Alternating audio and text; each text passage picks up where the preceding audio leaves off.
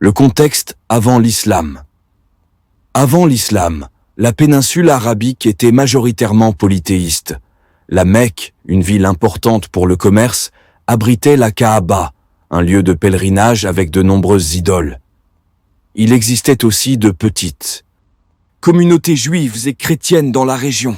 La première révélation, 610, le prophète Mahomet, Muhammad, né vers 570 à la Mecque, était connu pour son honnêteté. À 40 ans, alors qu'il méditait dans la grotte de Hira, l'ange Gabriel, Jibril, lui apparaît et lui révèle les premiers versets du Coran. Il est alors appelé à devenir le messager d'Allah. Le début de la prédication, 610-622. Au début, Mahomet prêche en secret, puis publiquement. Il appelle les gens à l'unicité de Dieu, Tawhid, à l'abandon des idoles, à la justice sociale et à la compassion. Il est rejeté par beaucoup de Mécois, surtout les puissants qui voient cela comme une menace à leur pouvoir économique et religieux. L'Ogir, 622. Face aux persécutions, Mahomet et ses compagnons fuient la Mecque pour la ville de Yathrib, qui deviendra Médine. Cet événement est appelé l'Hégire, Hijra, et marque le début du calendrier islamique. L'état de Médine et les conflits. À Médine, Mahomet devient à la fois chef religieux, politique et militaire. Il fonde une communauté islamique, Oumma, et conclut des alliances. Il y a plusieurs conflits avec les Mécois, notamment la bataille de Badr, Uhud et le Fossé. La conquête de la Mecque, 630. Après des années de tension, Mahomet revient à la Mecque avec une grande armée. Il entre dans la ville pacifiquement, détruit les idoles de la Kaaba et pardonne à la majorité de ses anciens ennemis. L'islam devient alors dominant dans toute la péninsule. La mort de Mahomet, 632. Mahomet meurt à Médine, à l'âge de 63 ans. À ce moment-là, presque toute la péninsule arabique est musulmane. Après sa mort, ses compagnons, les califes, continuent l'expansion de l'islam au-delà de l'Arabie. Les califes bien guidés, 632-661. Après la mort de Mahomet, ses plus proches compagnons prennent le relais en tant que califes, dirigeants.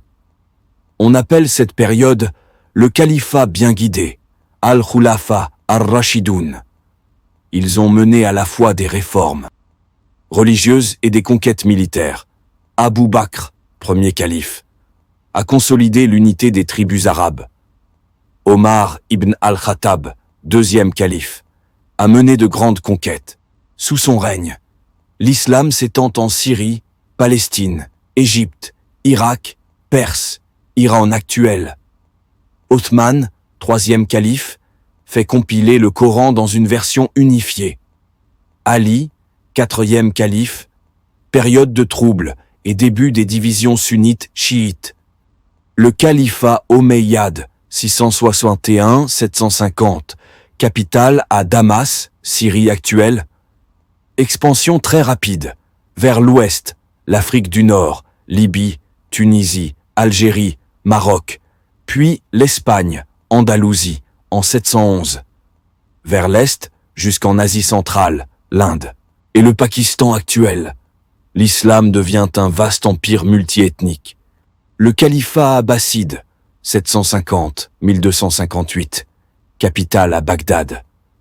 Moins de conquêtes, mais un grand développement culturel.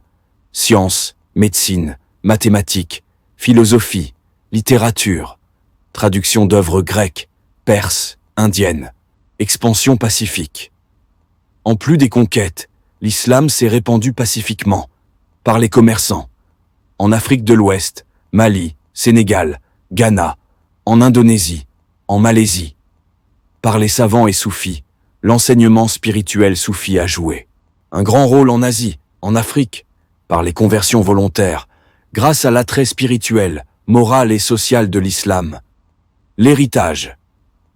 Aujourd'hui, l'islam est pratiqué par plus de 1,9 milliard de personnes dans le monde, avec des populations majoritairement musulmanes, en Afrique du Nord, Moyen-Orient, Asie du Sud, Pakistan, Bangladesh, Asie du Sud-Est, Indonésie, est le pays avec le plus de musulmans au monde. Certaines régions d'Afrique noire, d'Europe de l'Est et ailleurs.